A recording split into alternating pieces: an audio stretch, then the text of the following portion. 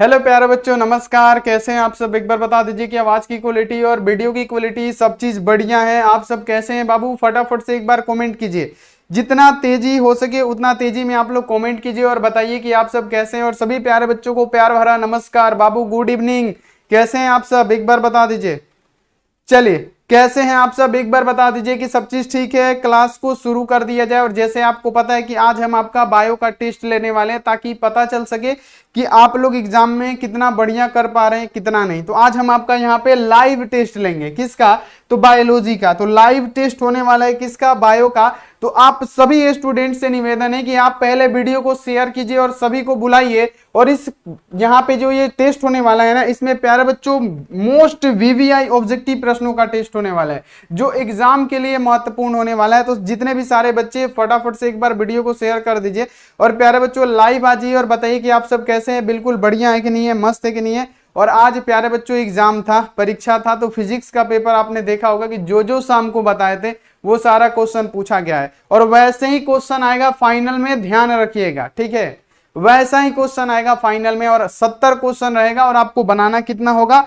तो आपको 35 ही बनाना होगा। 70 क्वेश्चन रहेगा, लेकिन बनाना कितना है बाबू? आपको 35 ही बनाना है, ये आपको ध्यान में रखना है। बाकी जो केमिस्ट्री का पेपर था, केमिस्ट्री के पेपर में इलेक्ट्रोकेमिस्ट्री से बहुत ज्यादा क्वेश्चन था, जो कि हम आपको प्यारे बच्चों इलेक्ट्रोकेमिस्ट्री भी पढ़ा चुके हैं बहुत ही अच्छी तरीके से। तो जो भी बच्चे किए होंगे 100% करके आए होंगे। तो बता दीजिए कि सब चीज ठीक है। एक बार क्लियर कीजिए, क्लास को स्टार्ट कर दिया जाए, आपका टेस्ट स्टार्ट हो जाए। चलिए, Amarjeet Thakur, I love you माँ, कैसे हैं सर जी? बिल्कुल बढ़िया है। चलिए, आकाश सिंह, आस्क बोर्ड, चलिए हेलो सर जी, हेलो पायल, बहुत बढ़िया। चलिए फटाफट से एक बार कमेंट कीजिए जल्दी। मनीष, आलिया, ओके सर जी। आस्क बोर्ड का दोस्त आशीष जी, गुरु जी, बहुत बढ़िया। अमरजीत ठाकुर, बहुत बढ़िया। Dolly, very good. बाबू एक बार वीडियो को शेयर कीजिए ताकि आपका टेस्ट हम स्टार्ट कर सके। जल्दी जल्दी आप लोग एक बार वीडियो को शेयर कीजिए ताकि आपका टेस्ट स्टार्ट हो सके। चलिए, तो यहाँ पे चैनल पे पहली बार आए हैं तो प्यारे बच्चों चैनल को जल्दी से जल्दी सब्सक्राइब करके बेल आइकन को प्रेस करके ऑल पे, और लाइक नहीं किए हैं तो प्यारे बच्चों फटाफट से लाइक भी कर दीजिए। इतना काम आप लोग फटाफट कीजिए। व्हाट्सएप ग्रुप ज्वाइन नहीं किए हैं तो नंबर नोट कीजिए मेरा 9135742024। और आज देखते हैं कि आप कितना सही कर पाते हैं, ठीक है। व्हाट्सएप ग्रुप में जुड़ना है, आप इस पे मैसेज कीजिए और फटाफट से व्हाट्सएप ग्रुप ज्वाइन कर लीजिए। और आज देखते हैं कि आप कितना सही कर पाएंगे, ठीक है। आज कितना सही कर पाते हैं, आज लाइव टेस्ट होगा।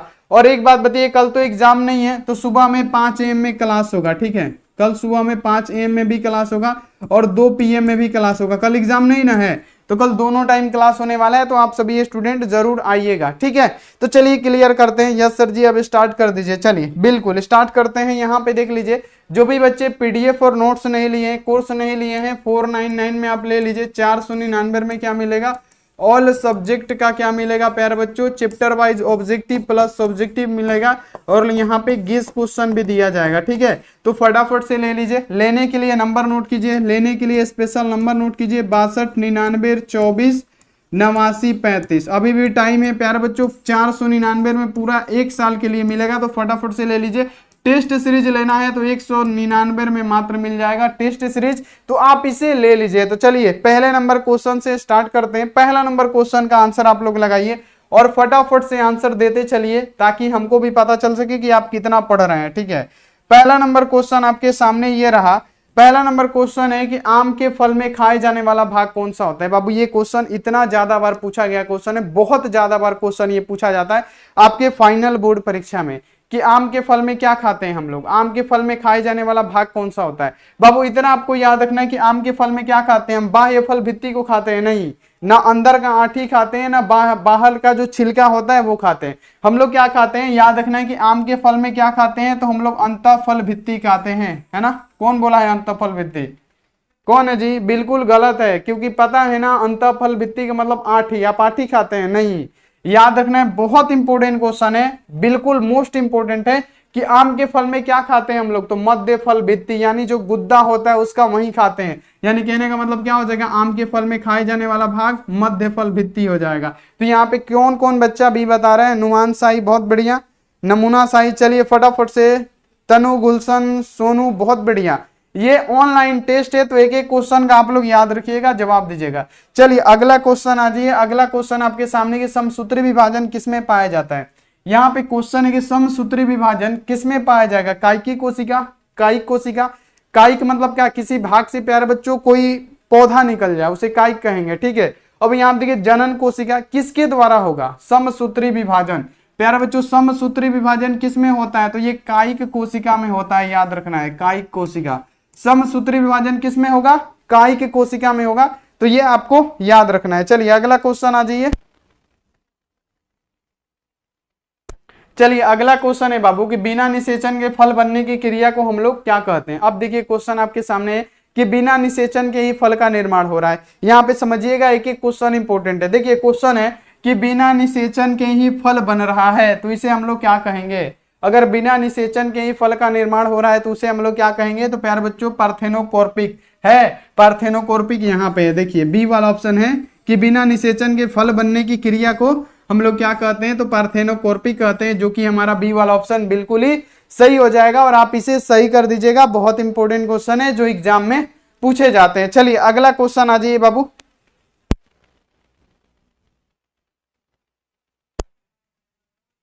चलिए अगला क्वेश्चन आइए। अगला क्वेश्चन आपके सामने ये रहा, फटाफट से आंसर लगाइए कि आप देखिए इनमें से किसमें आंतरिक निषेचन नहीं होता है।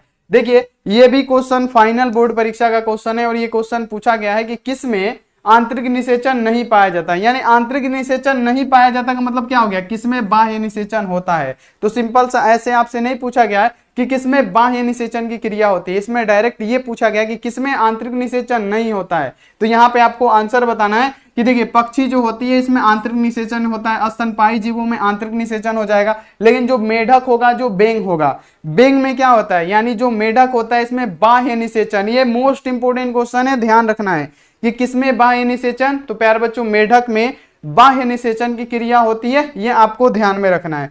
चलिए अगला क्वेश्चन आ जाइए। अगला है कि द्विखंडन एक प्रकार का क्या है? प्यारे बच्चों हम आपको क्या बताएंगे? द्विखंडन। द्विखंडन किसमें पाया जाता है? अमीबा हो गया, पैरामीशियम हो गया, ये सब जितने भी होते हैं इसमें द्विखंडन की क्रिया होती है, जिसमें क्या होता है? एक जनन कोशिका। ये मान लीजिए क्या है? अमीबा है, ठीक है। अमीबा का कोई स्ट्रक्चर नहीं होता है, ये क्या है? अमीबा है, इसमें ये क्या है? जनन कोशिका है। ये क्या होता है? दो भागों में टूट के ये क्या होता है प्यारे बच्चों? विभक्त हो जाता है ना। ये दो भागों में टूट के क्या होगा? ये दो भागों में क्या होगा? विभक्त हो जाएगा। तीसरा स्टेप आएगा तो इसमें क्या होगा? एक अलग हो जाएगा और यहाँ पे ये एक अलग हो जाएगा। तो ये द्विखंडन की क्रिया होती है, द्विखंडन की। और प्यारे बच्चों याद रखना है कि अमीबा में क्या होता है? द्विखंडन होता है। ये क्या है? अमीबा है, अमीबा में क्या होता है? द्विखंडन होता है। और जो द्विखंडन की क्रिया होती है प्यारे बच्चों, वो लैंगिक जनन में होती है कि अलैंगिक जनन में होती है? ये आपसे पूछा गया है कि द्विखंडन की क्रिया किसमें होगी। तो प्यारे बच्चों लैंगिक जनन में तो नहीं होगा, क्योंकि लैंगिक जनन में दो जनन अंग को भाग लेना बहुत जरूरी है। जबकि लैंगिक जनन अंग में क्या होगा? एकल जनन अंग भाग लेता है और क्या करता है? दो भागों में टूट के विभक्त हो जाता है। तो ये किसके अंतर्गत आएगा? तो ये अलैंगिक जनन के अंतर्गत आएगा। तो यहाँ पे आपको समझ में आ गया ना। चलिए डॉली बहुत बढ़िया, पायल रजाक बहुत बढ़िया। अगला क्वेश्चन आ जाइए। अगला क्वेश्चन आपके सामने है। अगला क्वेश्चन का आंसर बता दीजिए कि इनमें से कौन सा एक अंडज है। अंडज का मतलब क्या होता है? अंडा देने वाला चीज है ना। अंडज का मतलब क्या? कौन अंडा देता है। तो अंडा इसमें से कौन देगा? देखिए तो एकिडीना है, गाय है, कंगारू है। बाबू कंगारू अंडा देता है? नहीं, कंगारू अंडा नहीं देता है। गाय को अंडा देते हुए देखे हैं? नहीं देखे हैं। बाबू जो एकिडीना होता है ना, ये अंडा देता है। मगरमच्छ जो होता है वो अंडा देता है, ठीक है। मुर्गी जो होती है वो अंडा देती है। ये सब सारी चीजें, सांप हमारा अंडा देता है, छिपकली क्या होती है? अंडा देती है। तो ये सब क्या होते हैं? अंडज होते हैं। तो अगर आपसे पूछे कि अंडज कौन है, तो बाबू अंडज आपको क्या बताना है कि एकिडीना अंडज है, बाकी सब नहीं है, ठीक है। चलिए प्रशांत कुमार एक बार कमेंट कीजिए आप लोग फटाफट से। सनी राज बहुत बढ़िया। अब देखिए अगला क्वेश्चन है कि इनमें से पूरे जीवन काल में एक ही बार पुष्पित होता है। 2024 का ही क्वेश्चन है। बच्चे बोल रहे थे कि क्वेश्चन देख लीजिए, यही क्वेश्चन 2024 में अभी आया हुआ था। ये क्वेश्चन 2024 का है कि कौन पूरे जीवन काल में एक ही बार पुष्पित होता है। बाबू यहाँ पे अगर आपको बताना है कि पूरे जीवन काल में एक ही बार पुष्पित कौन होगा, तो याद रखना है कौन होगा? बांस। बांस क्या होता है? बांस पूरे जीवन काल में एक ही बार पुष्पित होता है। और प्यारे बच्चों ये आपको बताना है कि यहाँ पे 10 सालों में 12 वर्षों में कौन होता है? एक बार। अब पूछेगा कि 12 वर्षों में कौन होगा। यहाँ पे 12 वर्षों में अगर आपसे पूछे कौन होता है, तो जो नीला कुरेंजी होता है ना, जो नीला कुरेंजी होता है वो क्या होता है? 12 वर्षों में एक बार पुष्पित होता है। तो ये दोनों क्वेश्चन आपको याद रखना है। ज्यादातर क्वेश्चन यही याद रखना है कि कौन पूरे 12 वर्षों में एक बार पुष्पित होता है, क्योंकि ये 2024 में पूछ दिया कि पूरे जीवन काल में कौन पुष्पित होता है, तो ये तो पूछ दिया। और आपको पता ही है कि कौन पुष्पित होता है, बांस होता है। अब बारी क्या है कि पूरे जीवन काल में नहीं, 12 वर्षों में कौन पुष्पित होगा, तो नीला कुरेंजी। ठीक है, तो इसको आप लोग ध्यान में रखिएगा, याद रखिएगा। ठीक है, साहिल भारद्वाज नीला कुरेंजी, नीला कुरेंजी, बहुत बढ़िया। अब देखिए अगला क्वेश्चन आ जाइए, अगला है कि निम्नलिखित में से कौन द्विगुणित है, अब बता दीजिए द्विगुणित कौन सा है, पराग है, अंड है, कि प्यारे बच्चों ए तथा बी दोनों है, कि युग्मनज है। द्विगुणित कौन होता है, तो जब प्यारे बच्चों जब नर जनन शुक्राणु और मादा जनन अंडाणु आपस में संयोग करते हैं तो युग्मनज का निर्माण करते हैं। तो प्यारे बच्चों वो क्या होगा, युग्मनज जो होगा ना हमारा, ये द्विगुणित होता है। जेगोइड जो होता है प्यारे बच्चों आपको याद रखना है कि ये द्विगुणित होता है। तो डी ऑप्शन हमारा क्या होगा, पूरा का पूरा सही होगा। और सभी प्यारे बच्चे इसको याद भी रखेंगे। ठीक है, मासूम कुमारी बहुत बढ़िया, नीला कुरेंजी, अशफाक अली, चलिए रामचंद्र बहुत बढ़िया, फरहद बहुत बढ़िया, अमरजीत ठाकुर बहुत बढ़िया। क्या चेला काहे इतना शांत है आप लोग, एग्जाम देके आगे थक गए हैं क्या। चलिए, किस फल का बीज चोल खाया जाता है। एक क्वेश्चन जो है ना, एक प्रश्न याद रखिएगा, एक प्रश्न आपके एग्जाम में प्यारे बच्चों जो आपका एग्जाम होगा ना, एक प्रश्न आपके एग्जाम में रहेगा, तो ये रहेगा, ये 100% की रहने वाला है आपके एग्जाम में। आपके एग्जाम में रहेगा कि किसका बीज चोल खाया जाता है। बीज के प्यारे बच्चों क्या, ऊपर का आवरण, तो बीज चोल किसका खाया जाता है, हमारा लीची हो गया। लीची के बीज को ऊपर का ही ना खाते हैं, हमारा बीज चोल क्या हो जाएगा, लीची हो जाएगा। लीची का बीज चोल खाएंगे। जायफल होता है, उसका भी हम लोग क्या करते हैं, क्या खाते हैं, तो प्यारे बच्चों याद रखना है कि उसका भी हम लोग बीज चोल खाते हैं। तो जायफल हो गया, शरीफा हो गया, लीची हो गया, यानी इनमें से सभी का हम क्या खाते हैं, तो बीज चोल खाते हैं। यानी डी वाला ऑप्शन हमारा सही होगा। और सभी बच्चे डी ऑप्शन ही मारेंगे, एग्जाम में आएगा तो। ठीक है, चलिए अगला क्वेश्चन आ जाइए। अगला क्वेश्चन आपके सामने है कि यहाँ देखिए समयुग्मकी किसमें पाई जाती है, ये इंपॉर्टेंट है, ध्यान में रखिएगा। देखिए क्वेश्चन है कि समयुग्मकी किसमें पाई जाती है, समयुग्मकी किसमें पाई जाती है, समयुग्मकी किसमें पाई जाएगी। तो प्यारे बच्चों याद रखना है कि समयुग्मकी एल्गी यानी शैवाल में पाया जाता है। किसमें, समयुग्मकी एल्गी यानी शैवाल में पाया जाता है। इसको आपको ध्यान में रखना है और इसको आपको याद भी कर लेना है।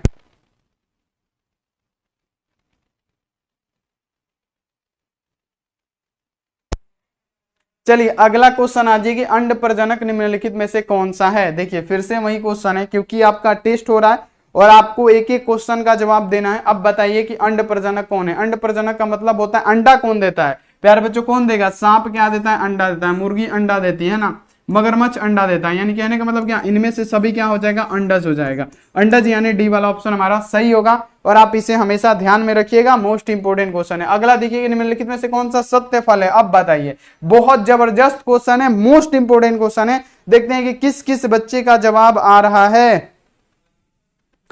सैड एडिटर बहुत बढ़िया, जल्दी से जल्दी आंसर बताते चलिए प्यारे बच्चों। आस्क बोर्ड का फेवरेट गोल्डी रूनियार बहुत बढ़िया।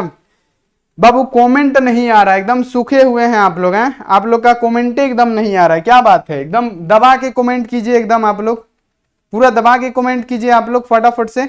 बाबू यहाँ पे आंसर लगाइए सभी बच्चे कि निम्नलिखित में से कौन सा सत्य फल है। प्यारे बच्चों सत्य फल कौन सा होता है, प्यारे बच्चों सेब हमारा क्या हो जाएगा, मिथ्य फल हो जाएगा। क्या होगा, ये मिथ्य फल होता है। ठीक है, काजू जो होता है हमारा क्या होता है, नट फल होता है। ठीक है, और नारियल जो हमारा होता है क्या होता है प्यारे बच्चों, सत्य फल होता है। तो यहाँ पे हम लिख देते हैं क्या होगा, ये सत्य फल होगा। तो सत्य फल यहाँ पे पूछा जाए तो सत्य फल हमारा कौन सा होगा प्यारे बच्चों, तो नारियल हमारा सत्य फल होगा। क्लियर है, चलिए बहुत बढ़िया। शिवम भारती बहुत बढ़िया, चलिए जल्दी जल्दी आइए बाबू, जल्दी जल्दी। चलिए कोकोनट, चलिए बहुत बढ़िया। अगला क्वेश्चन आ जाइए। अगला क्वेश्चन है कि मुकुलन द्वारा जनन किसमें होगा। अब बताइए मुकुलन, बाबू मुकुल का मतलब क्या, उदय होना। मुकुल का मतलब क्या, उगना, है ना। मुकुल से ही आपको पता चल रहा होगा, मुकुल का मतलब क्या, उगना। अब देखिए मुकुल द्वारा जनन किसमें होता है, तो प्यारे बच्चों मुकुल द्वारा जनन किसमें होगा, प्यारे बच्चों ईस्ट में। आपको पढ़े हैं ना ईस्ट, ईस्ट में क्या होता है, ये मान लीजिए ये ईस्ट का ईस्ट है, तो प्यारे बच्चों क्या होता है, इसमें से मुकुल एक मुकुल निकलता है। अब ये क्या होता है, धीरे धीरे ये बड़ा होने लगता है इससे। ठीक है, इसमें बड़ा हो जाएगा और एक अवस्था आएगा कि ये मुकुल ऐसा ही रहेगा, मतलब ये ईस्ट ऐसा ही रहेगा और यहाँ पे नया ये क्या होगा, इससे ये अलग हो जाएगा। ये जो डाल है ना, इससे ये अलग हो जाएगा, ये अलग अपना यहाँ पे क्या करेगा प्यारे बच्चों, संतति बना लेगा। तो ये तो आपको पता है। यानी मुकुलन द्वारा जनन किसमें होता है, तो ईस्ट में होता है ओनली। प्यारे बच्चों किसमें, सॉरी ये हाइड्रा है। ये क्या है, ये हाइड्रा का हम डेफिनेशन बताएं, हाइड्रा में होता है, ईस्ट में होता है। ठीक है,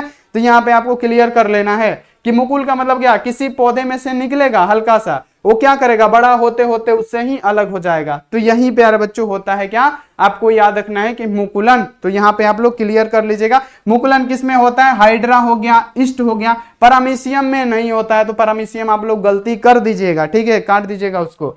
चलिए अगला क्वेश्चन आ जाइए। अगला क्वेश्चन है कि निम्नलिखित में से कौन सा मिथ्या फल है। प्यारे बच्चों मिथ्या फल की बात करें तो प्यारे बच्चों मिथ्या फल कौन सा हो जाएगा, सेब हो जाएगा मिथ्या फल। अब देखिए, अब एक क्वेश्चन का जवाब दे दीजिए, जो भी बच्चा यहाँ पे जवाब दे देगा उसको प्यारे बच्चों मान लीजिए कि बहुत तेज है, हम समझेंगे कि केला कौन सा फल है ना। बताइए, अब बताइए ये जो केला है प्यारे बच्चों ये कौन सा फल होता है, एक बार फटाफट से कमेंट कर दीजिए।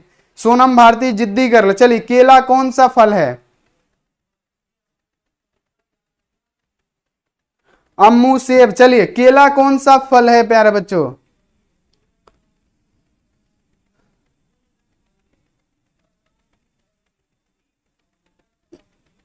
पार्थेनोकॉर्पिक है, मोहित कुमार सिंह बहुत बढ़िया, इंसा सिद्दीकी बहुत बढ़िया। पार्थेनोकॉर्पिक बाबू बताएं क्या होता है, हम आपको बिल्कुल सही से बता चुके हैं डेफिनेशन में कि पार्थेनोकॉर्पिक फल क्या होता है, जिस पेड़ में एक ही बार यहाँ पे क्या फल यानी हो, जैसे केला का हो गया, केला में क्या होता है पूरा उसके जीवन काल में एक ही बार क्या होता है, एक ही घवद होता है, एक ही बार केला होता है, यानी पूरे जीवन काल में एक ही बार वो क्या हो, उसमें फल हो, उसके बाद वो डेड हो जाए, उसे क्या कहते हैं, पार्थेनोकॉर्पिक कहते हैं। तो हमारा केला क्या होगा, केला जो हमारा होगा पार्थेनोकॉर्पिक फल होगा, क्योंकि उसमें पूरे जीवन काल में एक जो केला का थंब होता है उसमें एक ही बार केला होता है, उसके बाद से वो मर जाता है, तो उसी को हम लोग पार्थेनोकॉर्पिक फल कहते हैं। ठीक है, क्लियर हो गया आपको, यस यस यस। तो केला क्या है, पार्थेनोकॉर्पिक फल है। और पार्थेनोकॉर्पिक फल क्या होता है ये भी हम आपको बता चुके हैं कि जो पूरे जीवन काल में एक ही बार उसमें क्या हो, फल लगे और फिर दोबारा ना लगे, तो उसे पार्थेनोकॉर्पिक कहते हैं। अब देखिए कि इनमें से द्विखंडन किसमें पाया जाता है, द्विखंडन का मतलब क्या होता है,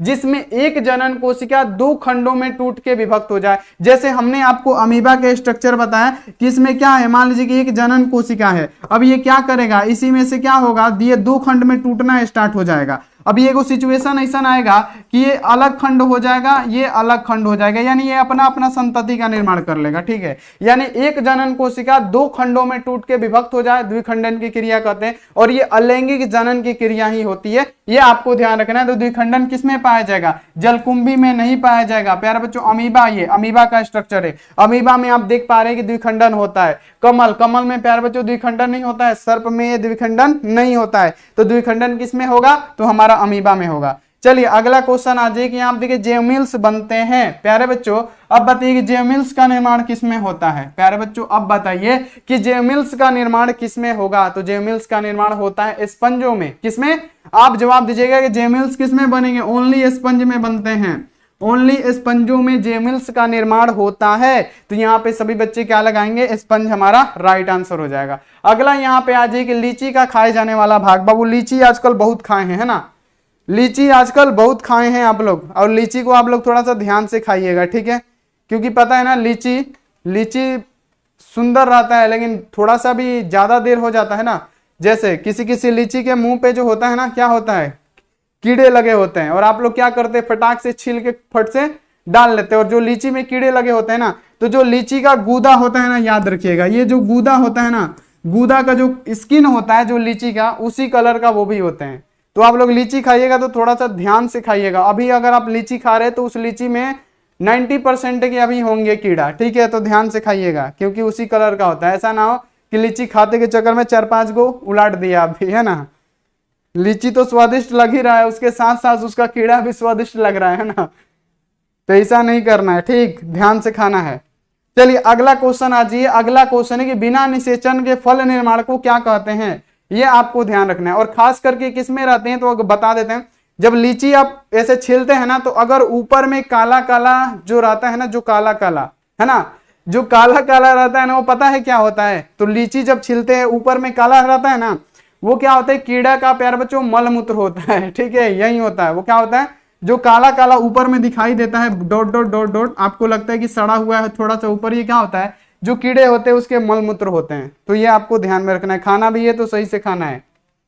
चलिए अगला देखिए कि बिना निषेचन के फल निर्माण को क्या कहते हैं। तो प्यारे बच्चों अगर बिना निषेचन के फल निर्माण बन रहा है तो उसे क्या कहेंगे, तो प्यारे बच्चों पार्थेनोजेनेसिस यानी अनिषेक जनन भी कहेंगे। तो यहाँ पे सी वाला ऑप्शन हमारा 100% सही होगा, तो आप इसको ध्यान में रखिएगा, 100% है। चलिए अगला क्वेश्चन आ जाइए। अगला है कि किसके लिए लैंगिक प्रजनन जिम्मेदार है, अब बता दीजिए लैंगिक प्रजनन किसके लिए जिम्मेदार होगा। लैंगिक प्रजनन, तो प्यारे बच्चों लैंगिक प्रजनन क्या होता है, जिसमें 2 जनन अंग भाग ले। बाबू माता के साथ पितों को भाग लेना होगा, अब पिता के साथ मतों को, यानी नर के साथ नारी जरूरी है, तभी संतान उत्पत्ति होगा। आपको पता है ना, ऐसा नहीं है कि अकेले चल दिए संतान उत्पन्न करने, ऐसे नहीं होगा। प्यारे बच्चों आपको पता होना चाहिए कि किसके लिए लैंगिक प्रजनन जिम्मेवार है, तो ये द्विगुणित अवस्था बनाने हेतु, क्योंकि माता के साथ पिता की भी जरूरी है और लड़का के साथ लड़की भी जरूरी है, इसलिए। जबकि अलैंगिक जनन में क्या होगा, या तो लड़के से भी हो जाएगा लड़की से भी हो जाएगा, ठीक है, क्योंकि एक ही जनन कोशिका 2 भागों में टूट जाते हैं, अच्छा बहुत सारे भागों में टूट जाते हैं, या तो मुकुल हो जाएगा उसमें से, तो ये सब सारी चीजें होती हैं, ठीक है। साहिल भारद्वाज बहुत बढ़िया। चलिए कीड़ा में हड्डी थोड़ी होता है, बिल्कुल कीड़ा में हड्डी नहीं होता है तो खा जाइएगा जी, हैं। चलिए अगला क्वेश्चन आ जाइए कि पुदीना में कायकी प्रवर्धन होता है। पुदीना में कायकी प्रवर्धन किसके द्वारा होता है, पुदीना में कायकी प्रवर्धन किसके द्वारा होता है। प्यारे बच्चों पुदीना है तो किसमें होगा, ये अंतःभूस्तरीय होगा। प्यारे बच्चों याद रखना है किसका, अंतःभूस्तरीय होता है पुदीना, तो पुदीना हमारा राइट आंसर हो जाएगा क्या, अंतःभूस्तरीय। अब देखिए कि रात में खिलने वाले पुष्प साधारणतः क्या होते हैं, जितने भी पौधे होते हैं जिसमें पुष्प होते हैं, याद रखिएगा जितने भी पुष्प हो गए वो क्या जो रात में खिलते हैं उसमें प्यारे बच्चों क्या पाया जाएगा, पहले तो छोटा पाया जाएगा, है ना, पहले तो उसका आकार छोटा होगा, और दूसरा रंगहीन होंगे, रंगीन नहीं होंगे, ठीक है। पहला क्या होगा, आकार छोटा होगा, दूसरा रंगहीन होंगे। जितने भी पौधे जो होते हैं जिसमें पुष्प क्या होते हैं, रात में खिलते हैं, तो याद रखना है कि क्या होगा, पहला हल्का नहीं होगा, छोटा होगा, चमकीला नहीं होगा, वो क्या होता है रंगहीन यानी बिना रंगों वाला होता है। तो याद रखना है आपको कि रात में खिलने वाले जितने भी पुष्प होते हैं पहले तो छोटे होते हैं और दूसरा क्या होते हैं, रंगहीन होते हैं, ये आपको ध्यान में रखना है, ये हमारा राइट आंसर हो जाएगा। अब देखिए अगला क्वेश्चन है कि उभयलिंगी प्राणी कौन सा है, ये बताइए कि उभयलिंगी प्राणी कौन सा है। तो उभयलिंगी प्राणी कौन सा है प्यारे बच्चों, उभयलिंगी यानी एक ही शरीर में नर भी रहेगा नारी भी रहेगा, है ना, जिसमें क्या हो नर भी रहे नारी भी रहे, है ना, उसे क्या कहेंगे उभयलिंगी। जैसे एक आदमी होता नहीं है एक एक, जिसमें नर भी, जैसे पुरुषों में देख लिया जाए अर्धनारीश्वर, उसमें आधा नर रहेगा आधा नारी रहेगी ना, वही होता है, उसी प्रकार होता है क्या उभयलिंगी प्राणी कौन होते हैं। तो उभयलिंगी प्राणी हमारे मुर्गी नहीं होगी, सांप नहीं होगा, हमारा केचुआ हो जाएगा, पेटवर्म हो जाएगा, जोंक हो जाएगा, स्पंज हो जाएगा, ये सारे हमारे क्या होते हैं, द्विलिंगी होते हैं, उभयलिंगी होते हैं, ये आपको ध्यान में रखना है। चलिए प्यारे बच्चों एक क्वेश्चन पूछे जो कि बहुत इंपॉर्टेंट है, और देखते हैं किस किस बच्चे को पता है कि किस कीड़े को पता होता है कि हमारी जो मृत्यु है वो निश्चित है। कौन सा ऐसा कीड़ा है जिसको पता होता है कि हम मरेंगे, वैसे तो सबको पता होता है, यानी किस कीड़े को पता होता है कि हमारी मृत्यु निश्चित है एकदम पूरा। चलिए फटाफट से बता दीजिए, उभयलिंगी। चलिए बहुत बढ़िया, साइंस बहुत बढ़िया, चलिए वेरी गुड। नेफेंथिस नहीं बाबू, बिच्छू जानते हैं, जो मादा बिच्छू होती है ना, बिच्छू का होता है कि हाँ उसका मृत्यु निश्चित है, क्योंकि वो क्या होता है उनका, उनमें से जब बच्चे निकलते हैं ना तो उनके बॉडी फाड़ के निकलते हैं और उसी को खा के क्या होते हैं, जवान होते हैं, मतलब क्या करते हैं प्यारे बच्चों, बड़े होते हैं। जैसे जो बिच्छू होती है ना, बिच्छू क्या होती है, जब जनन की क्रिया होगा उसमें तो क्या होगी, वो मर जाएगी, उसका बॉडी फट जाएगा और उसी में से उसके बच्चे निकल जाएंगे और उसी की बॉडी को खा के, माँ की बॉडी को खा के तब वो क्या होते हैं, बड़े होते हैं। तो ये एक प्यारे बच्चों बहुत इंटरेस्टिंग क्वेश्चन है, इसको ध्यान में रखिएगा। चलिए निम्नलिखित में से कौन सा द्विगुणित संरचना है, द्विगुणित कौन सा होगा, तो इसमें क्या होगा, नर जनन शुक्राणु और मादा जनन अंडाणु आपस में क्या करेंगे प्यारे बच्चों, संयोग करके युग्मनज बनाएंगे, यानी सी वाला ऑप्शन क्या होगा, द्विगुणित होगा, इसको आपको याद रखना है।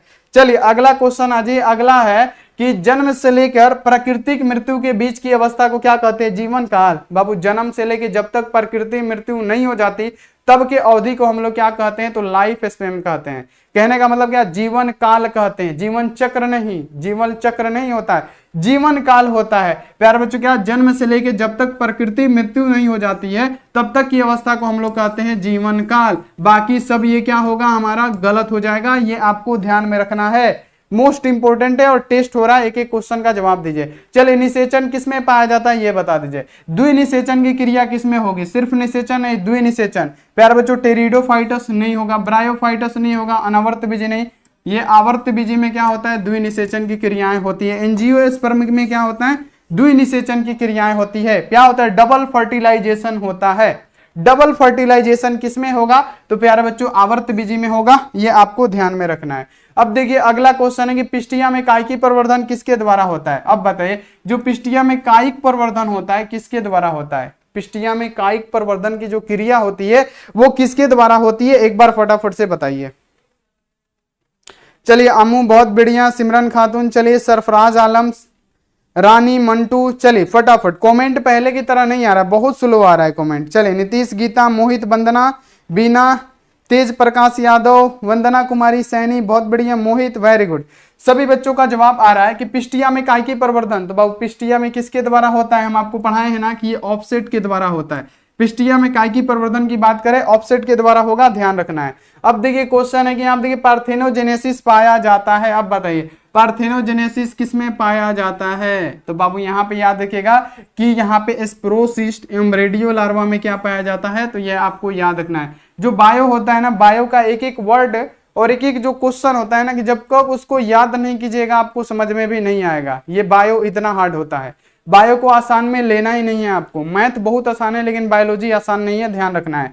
तो यहाँ देखिए पार्थेनोजेनेसिस पाया जाता है तो स्प्रोसिस्ट में और रेडियो लार्वा में पाया जाता है, ये आपको ध्यान में रखना है। चलिए अगला क्वेश्चन आ जाइए। अगला क्वेश्चन आपके सामने है कि यदि नर आकार की मादा से भिन्न हो तो उसे हम लोग क्या कहते हैं? 99% बच्चे फेल हैं इस क्वेश्चन में। क्या है प्यारे बच्चों? फेल लगा दीजिए क्योंकि आपका आंसर सही नहीं आएगा। हम यहाँ पे देख रहे हैं कि यदि नर आकार की मादा से भिन्न हो, यानी नर का आकार क्या हो? मादा यानी लड़की से भिन्न हो, तो उसे हम लोग क्या कहते हैं? फटाफट से एक बार राइट आंसर बता दीजिए। चलिए, नीतीश, दीपक, लक्ष्मी, लक्ष्मण, मोहित, ऋषभ कुमार, चलिए वेरी गुड, जल्दी जल्दी बता दीजिए। होमोगैमी। बाबू नहीं, किसी का भी जवाब नहीं आ रहा है बाबू, गलत आंसर है, गलत। किसका सही है? यहाँ पे देख रहे हैं किसका है। चलिए, कलुआ डॉन, बहुत बढ़िया, कलुआ डॉन एकदम बिल्कुल राइट आंसर। देखिए बहुत सारे बच्चे गलत भी कर रहे हैं। गोल्डी बहुत बढ़िया। चलिए, मोनू, हेट्रोगेमी नहीं होता है बाबू, यहाँ पे ध्यान रखिएगा, बहुत जगह गलती दिया है कि यदि नर आकार की मादा से भिन्न हो तो उसे हम क्या कहते हैं? तो प्यारे बच्चों लैंगिक विरूपता कहते हैं। क्या? लैंगिक विरूपता कहते हैं, ध्यान में रखिएगा। क्या बाबू? यहाँ आप देखिए ना हेट्रोगेमी ना होमोगेमी। यदि नर आकार की मादा से भिन्न हो तो उसे क्या कहते हैं? आपको ध्यान में रखना है कि लैंगिक विरूपता कहते हैं। लैंगिक विरूपता कहते हैं यदि नर आकार की मादा से भिन्न हो तब। तो यहाँ पे आपको इसको ध्यान में रखना है, याद रखना है। चलिए अगला क्वेश्चन आ जाइए। अगला है कि किसमें तिर्यक द्विखंडन पाया जाता है? किसमें? तो तिर्यक द्विखंडन की बात किया जा रहा है। तिर्यक द्विखंडन, 3 बार द्विखंडन की क्रिया किसमें होती है? तो बाबू सिराटियम कहाँ पे है? सिराटियम में क्या होता है? तिर्यक द्विखंडन होता है। 3 बार द्विखंडन की क्रिया होगी। किसमें? तो सिराटियम में। तो सिराटियम हमारा बिल्कुल सही आंसर हो जाएगा। अब देखिए क्वेश्चन है कि प्राणियों में यौना अवस्था के बाद क्या आता है प्यारे बच्चों? कौन सी अवस्था आता है? पहले तो प्यारे बच्चों आप जन्म लेते हैं, फिर क्या करते हैं? आपके अगर आप जन्म ले लिए, अगर प्यारे बच्चों क्या हो गया? आप जन्म ले लिए, जन्म लिए तो कुहा कुहा करने लगे, ठीक है, कि कहाँ आ गए, कहाँ आ गए, कहाँ आ गए, है ना, यही ना बोलते हैं आप लोग। तो पहले जन्म लेंगे, उसके बाद से क्या होगा? आपका सजीव में वृद्धि होगा। क्या होगा?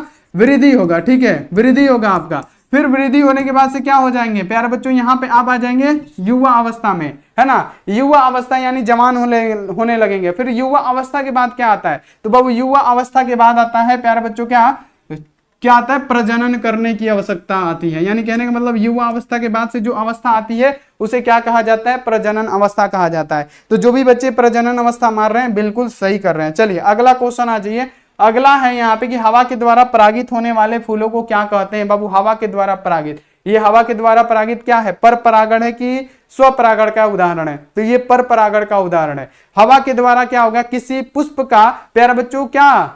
पुष्प का पुंकेसर क्या करेगा प्यारे बच्चों? किसी पुष्प का, बहुत बढ़िया, वेरी गुड। कीट, अरे कीट कैसे होगा जी?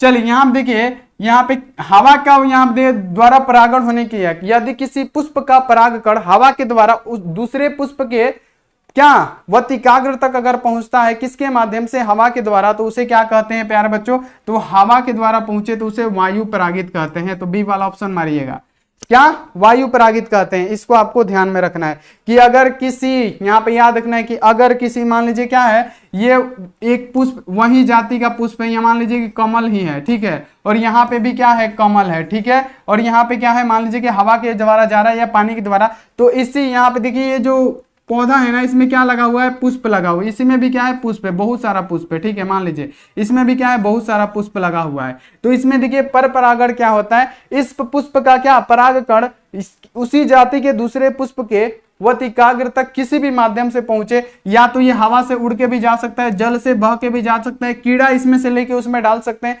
किसी भी माध्यम से जाते हैं तो उसे हम लोग पर परागण कहते हैं। तो हवा के द्वारा जाएगा तो वायु परागण कहेंगे। यही क्वेश्चन था, ठीक है। अब देखिए क्वेश्चन है कि अनुमिल्य पुष्प निश्चित रूप से क्या होते हैं, जितने भी अनुमिल्य पुष्प होते हैं वो क्या होते हैं प्यारे बच्चों, स्वपरागित होते हैं, स्वपरागित होते हैं। याद रखना है कि स्वपरागित होते हैं अनुमिल्य पुष्प, निश्चित रूप से स्वपरागित होते हैं। सैफ अली सीमान बिहार सर जी मेरा कमेंट नहीं देख रहे हैं, काय खिसिया रहे हैं बाबू, सबका देख रहे हैं, सबका पढ़ाई कर रहे हैं तो पढ़ाई कराने दीजिए, ठीक है। तो यहाँ पे आपको याद कर लेना स्वपरागण क्या होता है प्यारे बच्चों, देख लीजिए जैसे ये क्या है, एक कोई पौधा है, इसमें फूल लगा हुआ है 2-3, ठीक है, यहाँ पे भी फूल है, यहाँ पे भी। स्वपरागण का मतलब क्या हो गया कि इसी पुष्प का परागकोश इसी पुष्प के वतिकाग्र तक पहुंचता है, इसी पुष्प का परागकण इसी पुष्प के वतिकाग्र तक पहुंचेगा, उसे स्वयं परागण कहेंगे, जो कि स्वपरागण के अंतर्गत आता है। और इस पुष्प का परागकण अगर इसी पौधे के इस पुष्प के वतिकाग्र तक पहुंचे तो प्यारे बच्चों पर परागण,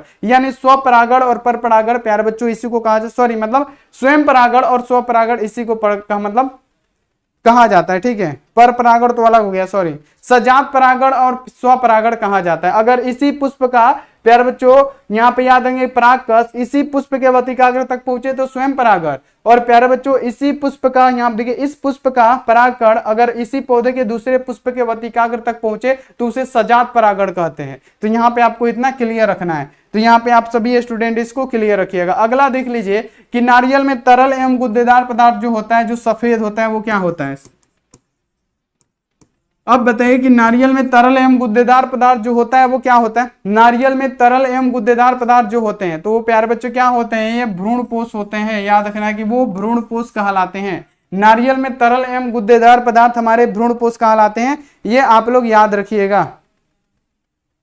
चलिए रोशन बहुत बढ़िया, चलिए फटाफट आंसर लगाते चलिए। अगला क्वेश्चन आ जाइए। अगला है कि मनुष्य के प्राथमिक शुक्राणुओं में पूछा जा रहा है कि ओटोमोस की संख्या कितनी होती है। अब बता दीजिए प्यारे बच्चों, प्रथम शुक्राणु में प्राथमिक में ओटोमोस की संख्या पूछा गया है। तो बाबू आपको याद रखना है कि प्राथमिक में क्या होता है, नर हो चाहे नारी हो, प्राथमिक में 44 होता है। अगर ये x हुआ तो ये क्या होगा, फटाफट से आप बताइए। और 44 प्लस यहाँ पे XY हुआ तब ये क्या होगा। यहाँ देखिए तो प्राथमिक में कितना आ रहा है, तो प्राथमिक में ओटोमोस हमारे 44 ही होते हैं, तो यहाँ पे आंसर 44 हो गया। अगर XX हुआ तो ये क्या होगा, स्त्री का होगा, और यानी यहाँ पे हम फीमेल लिख देते हैं। और ये प्यारे बच्चों XY होगा तो ये क्या हो जाएगा, मेल का हो जाएगा। तो ये भी क्वेश्चन पूछा जाता है, ध्यान रखिएगा।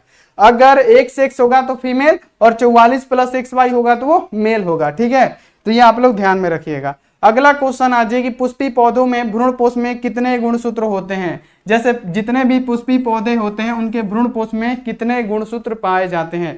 तो पुष्पी पौधों में गुणसूत्रों की संख्या तो आप बताएंगे कितना, तो यहाँ पे 3n। पुष्पी पौधों में गुणसूत्रों की संख्या कितनी होती है, 3n होती है। तो यहाँ पे आपको याद कर लेना है कि how many chromosome are there in the endosperm of यहाँ पे फ्लावरिंग प्लांट, तो कितना, 3n। अगला क्वेश्चन आ जाइए। अगला एक युग्मक बनाने की क्रिया को क्या कहते हैं। अगर युग्मक बनने की क्रिया हो रही है तो उसे हम लोग क्या कहते हैं, युग्मक बनाने की क्रिया को क्या कहा जाता है। तो युग्मक बनाने की क्रिया को युग्मक जनन कहा जाता है। ये अंड जनन नहीं होगा, कायकी विभाजन नहीं होगा, ये सब गलत हो जाएगा। युग्मक जनन हमारा बिल्कुल सही आंसर होगा, जिसको आपको ध्यान में रखना है, याद रखना है, ठीक है। सरफराज, सैफ अली, चलिए बिहार बहुत बढ़िया, गोविंदा बहुत बढ़िया। अब देखिए अगला क्वेश्चन है कि परागकण का बाह्य चोल किसका बना होता है। अब बताइए, जो परागकण होते हैं प्यारे बच्चों, परागकण जो होते हैं उनको बताना है कि उनका जो बाह्य चोल बना होता है ना वो किसका बना होता है। परागकण हम आपको बताए हैं ना, परागकण। प्यारे बच्चों जो पुंकेसर में होता है परागकणों का जब निर्माण होता है ना, तो ये क्या होते हैं प्यारे बच्चों, जब पुंकेसर को काटिएगा, जब पुंकेसर को बांटिएगा प्यारे बच्चों, तो इसकी संरचना कुछ ऐसी होती है ना, ये 2 पालियों वाला संरचना होता है और दोनों में क्या होता है, दो को प्रकोष्ठ होता है। और ये कितना लेयर का होता है आप बताएंगे, 4 लेयरों का होता है, ठीक है। और इसके अंदर वाला लेयर कौन सा होता है, तो बाबू यहाँ पे टेप्टम, और टेप्टम में से कौन सा बाबू हार्मोन स्रावित होता है, तो स्पोरोपोलेनिन। यानी कहने का मतलब क्या हो जाएगा, परागकण का जो बाह्य चोल बना होगा, यानी इसी के अंदर चौथे लेयर के अंदर परागकण हमारा बना होता है, और परागकण का जो बाह्य चोल होता है उसमें कौन सा होता है, तो प्यारे बच्चों स्पोरोपोलेनिन होता है, जो क्या करता है, इनको धूल कण वर्षा ये सब से क्या करता है, इनको सुरक्षा प्रदान करता है। तो यहाँ पे आपको इसको ध्यान में रखना है, ठीक है। अगला क्वेश्चन आ जाइए। अगला क्वेश्चन आपके सामने है कि निम्नलिखित में से कौन कीटभक्षी पौधा है। अब बताइए कीटभक्षी पौधा कौन है, जो कीटों को खाते हैं उसे कीटभक्षी पौधा कहते हैं। ऐसा नहीं होता है कि पौधे कीटों को नहीं खाते, खाते हैं। कीटभक्षी पौधे कीटों को खाते हैं, जैसे ड्रोसेरा हो गया हमारा, नेफेंथिस हो गया, दोनों जो होते हैं ना कीटभक्षी पौधा होते हैं जो कीटों को खाते हैं, ठीक है। और ये कीटों को क्यों खाते हैं, तो नाइट्रोजन के लिए खाते हैं। किसके लिए, तो ये नाइट्रोजन के लिए खाते हैं, ठीक है। अब देखिए क्वेश्चन है कि मक्का में एंडोस्पर्म युक्त होते हैं। अब बताइए मक्का में प्रोटीन युक्त होता है एंडोस्पर्म क्या होता है, आप बताइए कि मक्का में एंडोस्पर्म को कहते हैं, यानी जो प्रोटीन युक्त एंडोस्पर्म होते हैं उसे क्या कहते हैं, तो मक्का में जो प्रोटीन युक्त एंडोस्पर्म होते हैं उसे एल्यूरिन भित्ति कहा जाता है। ये आप लोग याद रखिएगा। अब प्यारे बच्चा बता दीजिए क्वेश्चन कि मक्का में परागण की क्रिया किसके द्वारा होती है। एक बार फटाफट से देखते हैं किस बच्चे का जवाब सबसे पहले सबसे सटीक आ रहा है, जल्दी जल्दी। यहाँ पे मक्का जो होता है उसमें परागण की क्रिया किसके द्वारा होती है, एक बार बता दीजिए। मक्का में पूछा गया है कि परागण की क्रिया किसके द्वारा होगी मक्का में। मोनू बाबू नहीं बाबू, सबका लिया जाता है। रितेश चलिए फटाफट से जल्दी जल्दी। निक्की, गीता, सोनी, धीरज, इशिता, श्वेता, बहुत बढ़िया। रोहित अभी तक नहीं आया। हवा के द्वारा, धर्मदीप बहुत बढ़िया। वायु के द्वारा होता है, कीट के द्वारा कैसे होगा जी, वायु के द्वारा होता है, ठीक है। जो मक्का में देखे होंगे, जो ऊपर देखे होंगे फल लगा होता है, ठीक है। जो फल लगा होता है मतलब फूल की तरह होता है ना, देखे होंगे जैसे धान का होता है ना पौधा, वैसे ही लगा होता है, मक्का में भी ऊपर होता है। वही हवा के द्वारा क्या होता है प्यारे बच्चों, हवा के द्वारा आके उसमें क्या होता है, जो पत्ता में लगा होता है उसमें गिर जाता है, उसके बाद से बाल का निर्माण हो जाता है ना, तो वो हवा के द्वारा होता है। ये आपको ध्यान में रखना है।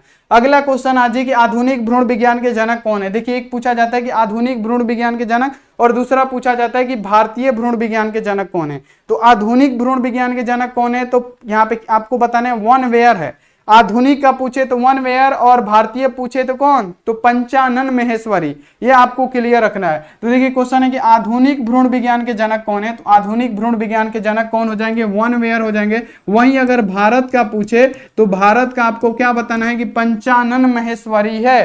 कौन, पी महेश्वरी जिनको बोला जाता है। कौन है बाबू, पंचानन महेश्वरी। ये आपको याद रखना है। अब देखिए अगला क्वेश्चन है कि एंडोस्पर्म द्वारा किसे पोषण दिया जाता है। अब बताइए, ये भी इंपोर्टेंट क्वेश्चन है कि एंडोस्पर्म द्वारा किसको पोषण दिया जाएगा। एंडोस्पर्म द्वारा पोषण किसे दिया जाता है, तो भ्रूण को। जो भ्रूण होता है ना, भ्रूण को क्या किया जाता है, एंडोस्पर्म द्वारा पोषण दिया जाता है। क्या, भ्रूण को पोषण दिया जाता है किसके द्वारा, एंडोस्पर्म द्वारा भ्रूण को पोषण प्रदान किया जाता है। ये आपको ध्यान में रखना है। अगला देखिए निम्नलिखित में से किसका पुष्पासन खाया जाता है। किसका हम लोग पुष्प खाते हैं, किसका मांसल पुष्पासन खाते हैं। तो बाबू एक शब्द याद रखना है कि जो एप्पल होता है ना, सेब, सेब का क्या हम लोग मांसल पुष्पासन खाते हैं। तो बी ऑप्शन हमारा बिल्कुल सही आंसर हो जाएगा। अब देखिए क्वेश्चन है कि स्तनधारियों के शुक्राणुओं के मध्य भाग में क्या पाया जाता है। ये 2 नंबर का भी क्वेश्चन है, आपसे पूछा जाता है कि स्तनधारियों के शुक्राणुओं के मध्य भाग में क्या पाया जाता है। तो आपको लिखना है कि स्तनधारियों के शुक्राणुओं के मध्य भाग में माइटोकॉन्ड्रिया पाया जाता है। याद रखना है, माइटोकॉन्ड्रिया पाया जाता है। ये आपको ध्यान में रखना है। अगला आज एक यहाँ देखिए बीज चोल खाया जाता है किसका, यानी बीज के ऊपर का चोल बाबू शरीफा का खाया जाता है। ना नारंगी, ना सभी, ना सेब। किसका, बीज चोल, हम लोग सेब का ही बीज को चोल खाते हैं। तो ये आपको ध्यान में रखना है। चलिए द्विनिषेचन का परिणाम क्या है, अब बताइए।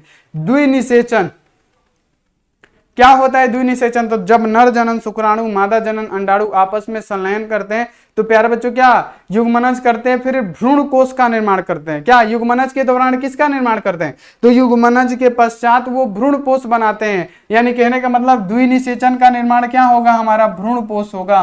क्या?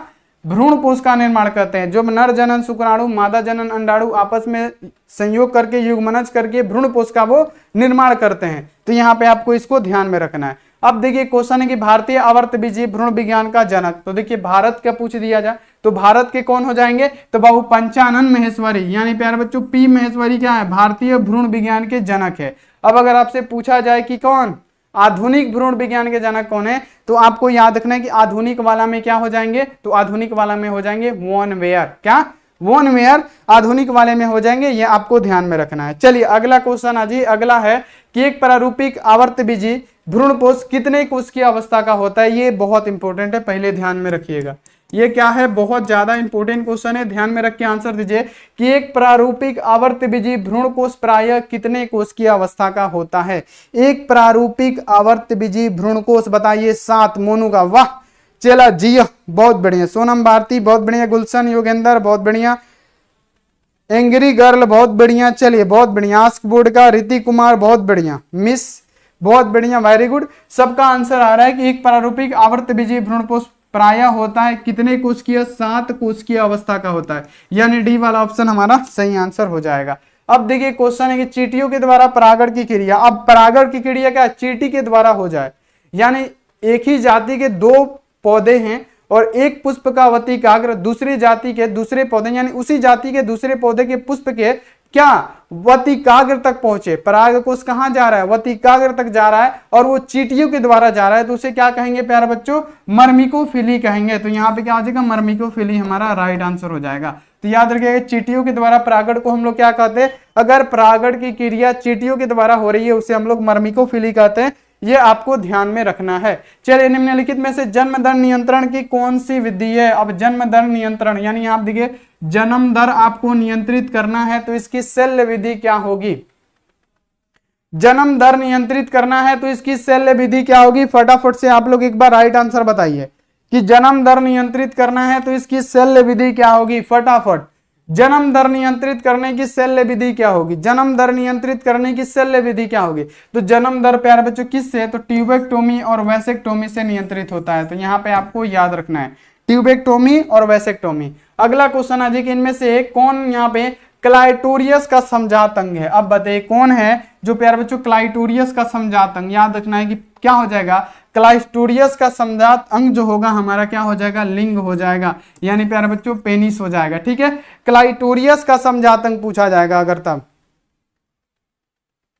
विकास एग्जाम छूट गया है, क्या करूं? कुछ नहीं होगा एग्जाम छूटने से। इसी तरह बहुत बढ़िया, कुछ नहीं होगा, कुछ नहीं होगा एग्जाम छूटने से। ठीक है, कुछ नहीं होने वाला है। ठीक है, याद रखिएगा कि इनमें से कौन सा क्लाइटोरियस का समजात अंग है? तो प्यारे बच्चों लिंग।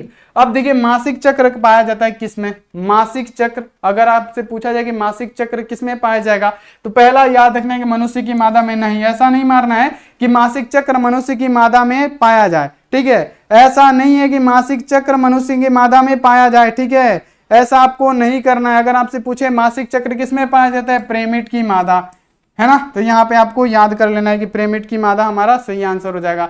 चलिए इनमें से किसका स्वर जो पिच होता है ना वो बहुत ज्यादा उच्च होता है, यानी किसका स्वर पिच सर्वमान होता है? तो बाबू आपको याद रखना है कि जो स्त्री होती है ना, स्त्री का क्या होता है? स्वर पिच क्या होता है? सबसे ज्यादा हाई होता है।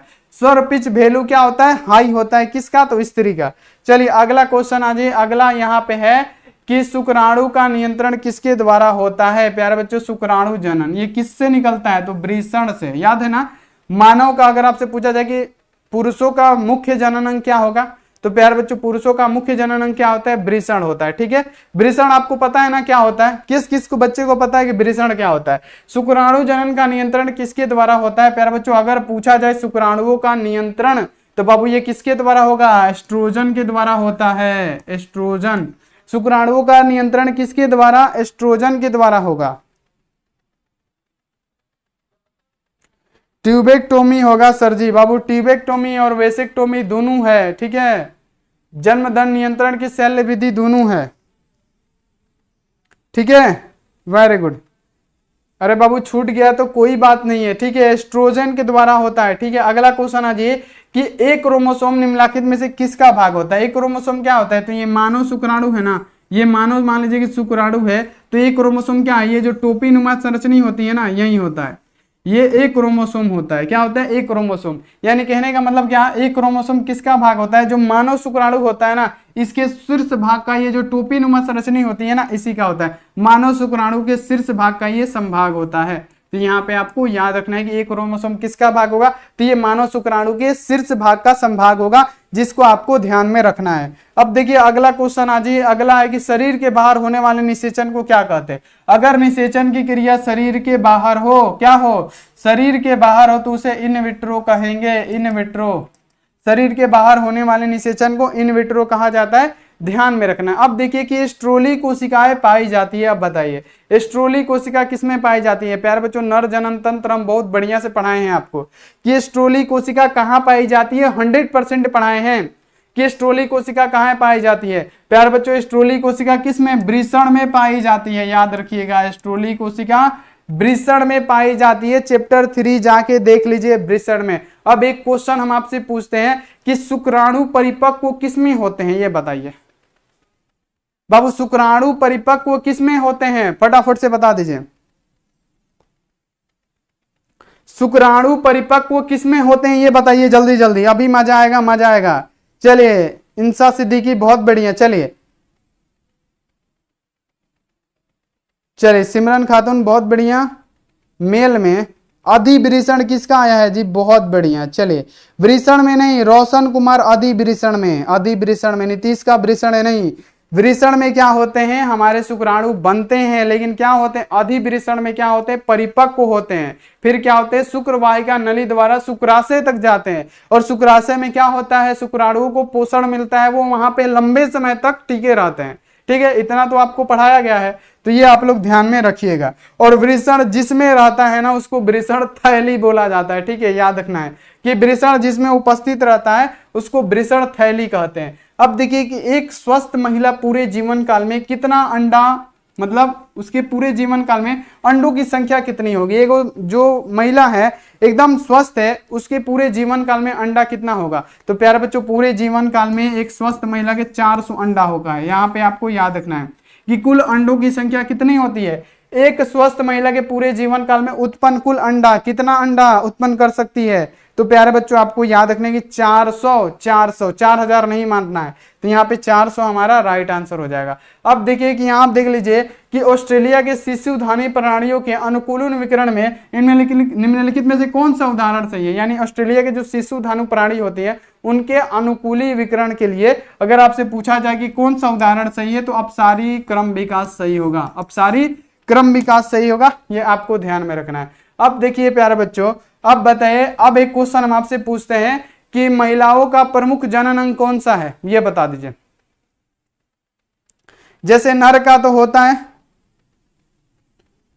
मोहित कुमार बाबू ब्लॉक कर देंगे, ठीक है, पढ़ाई कीजिए, पढ़ाई कीजिए, ठीक है।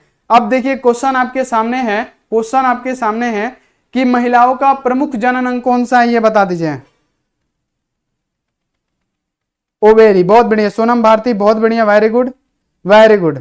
ये एक जोड़ी में होता है, यानी दूगो होता है, ठीक है, आपको ये याद रखना है। चलिए अगला क्वेश्चन आ जाइए। अगला क्वेश्चन आपके सामने है, किसकी अनुपस्थिति में निषेचन नहीं हो सकती है, यानी निषेचन की क्रिया किसकी अनुपस्थिति में नहीं होगा। देखिए पहला बात कि सोडियम नहीं रहेगा फिर भी निषेचन हो जाएगा, पोटेशियम नहीं रहेगा, लोहा नहीं रहेगा, यानी आयरन नहीं रहेगा फिर भी हो जाएगा, लेकिन कैल्शियम नहीं रहेगा तो निषेचन की क्रियाएं पूर्ण नहीं होगी। अगला क्वेश्चन आ जाइए कि शुक्राणु जनन द्वारा प्राथमिक शुक्राणु कोशिका को कितने शुक्राणु बनाते हैं। अब बताइए, ये बहुत ज्यादा इंपॉर्टेंट क्वेश्चन है, ये मोस्ट इंपॉर्टेंट क्वेश्चन है। देखिए क्वेश्चन आपके सामने क्या है कि शुक्राणु जनन द्वारा एक प्राथमिक शुक्राणु कोशिका से कितने शुक्राणु बनते हैं, एक प्राथमिक कोशिका शुक्राणु से कितने शुक्राणु बनेंगे। बाबू आपको बताना है कि कितने बनेंगे, 4 बनते हैं, ये हम आपको पढ़ा भी रखे हैं, तो याद रखना है कितने बनेंगे, 4 बनेंगे, जो कि हमारा सही आंसर होगा। अब देखिए किसके भ्रूण में परजीवी की तरह पोषण होता है, यानी किसके भ्रूण में क्या होता है, परजीवी की तरह पोषण होता है, किसके भ्रूण में? परजीवी की तरह पोषण होता है। तो परजीवी की तरह पोषण किस में होगा? स्तनधारियों में होगा, है ना, जो स्तन पे रहते हैं, जमीन पे रहते हैं। परजीवी की तरह पोषण किस में होता है? स्तनधारियों में होता है। तो ये आपको ध्यान रखना है, एग्जाम में ये सब क्वेश्चन आते हैं, बना के आना है। अब देखिए क्वेश्चन आपके सामने क्या है कि किसी, यहां आप देख लीजिए कि किसी श्रवण में फ्रक्टोज, कैल्शियम एवं एंजाइम सबसे अधिक पाया जाता है किसमें? अब बताइए कि किस श्रवण में फ्रक्टोज, कैल्शियम, एंजाइम सबसे ज्यादा अधिक पाया जाता है? किसमें पाया जाता है? तो प्यारे बच्चों ये किसमें होगा? तो ये नर में होगा, यानी नर सहायक जितने भी ग्रंथि होते हैं ना, नर सहायक ग्रंथियां, यानी नर सहायक ग्रंथियां में फ्रक्टोज हो गया, कैल्शियम हो गया, एंजाइम्स हो गए, सबसे ज्यादा पाए जाते हैं किसमें? तो यकृत और लीवर में थोड़ी, लार में थोड़ी प्यारे बच्चों, अग्नाशय में, हग्नाशय में थोड़ी होगा। ये सब गलती होता है, याद रखना है क्या? कि नर सहायक ग्रंथि में। चलिए अगला क्वेश्चन आ जाइए कि नर युग्मक तथा मादा युग्मक के संयोजन से क्या बनता है? बाबू नर युग्मक और मादा युग्मक संयोजन करेंगे, युग्मनज बनाएंगे, भ्रूणपोष बनाएंगे।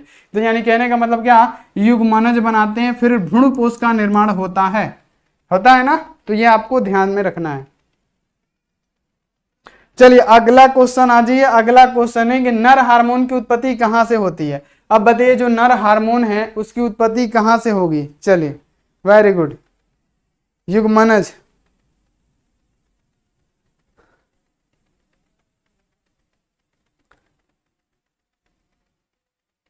चलिए फटाफट से बता दीजिए। केशव सिंह बाबू रिपीट हो रहा है क्वेश्चन। बाबू तो बाबू टेस्ट में क्या नया नया क्वेश्चन लाए? वही क्वेश्चन आता है जो पढ़ा चुके हैं, उसी का टेस्ट लिया जाता है, ठीक है, ये आपको पता होना चाहिए। चलिए नर हार्मोन की उत्पत्ति कहां से होती है? तो नर हार्मोन प्यारे बच्चों आपको पता है ना कि वृषण से निकलता है, ठीक है। नर हार्मोन की उत्पत्ति वृषण से होता है, क्योंकि प्रमुख जननांग हमारा वृषण ही होता है। चलिए स्त्री में किस हार्मोन से प्रतिक्रिया के कारण द्वितीय, यहां देखिए सैंगिक, एक मिनट रुक जाइए, इसको हटाने दीजिए, ठीक है। चलिए अब यहां पे पढ़िए प्यारे बच्चों क्वेश्चन आपके सामने यह रहा कि स्त्री में किस हार्मोन के प्रतिक्रिया के कारण द्वितीय सैंगिक लक्षण का विकास होता है? किस स्त्री में कौन सा ऐसा हार्मोन है, कौन सा ऐसा प्रक्रिया है जिसके कारण द्वितीय सैंगिक लक्षणों का प्यारे बच्चों अगर आपसे पूछा जाए कि विकास होता है तो कौन सा ऐसा हार्मोन होता है? तो प्यारे बच्चों कौन सा हो जाएगा? एस्ट्रोजन हो जाएगा। एस्ट्रोजन के द्वारा, किसके द्वारा? एस्ट्रोजन। एस्ट्रोजन, धर्मदीप बहुत बढ़िया, एस्ट्रोजन, इंसा बहुत बढ़िया। द्वितीय सैंगिक लक्षण जो होते हैं किसके द्वारा? एस्ट्रोजन के द्वारा। फर्टिलाइजिंग जो जिन होते हैं या ग्लाइकोप्रोटीन होता है, अगर आपसे पूछा जाए कि कहां पे पाया जाता है, फर्टिलाइजिंग जिन या ग्लाइकोप्रोटीन, ये शुक्राणुओं के सतह पे ही पाए जाते हैं। फर्टिलाइजिंग जिन या ग्लाइकोप्रोटीन कहां पे होते हैं? तो शुक्राणुओं के सतह पे पाए जाते हैं। तो यहाँ पे क्या हो जाएगा? शुक्राणुओं के सतह पे हमारा राइट आंसर हो जाएगा। अब देखिए कि अंडों का जीवन काल कितना होता है, मारिएगा सर्च, कितना देगा? 24 घंटा देगा, 24 आवर देगा, लेकिन ये गलत हो जाएगा ना। अंडों का जीवन काल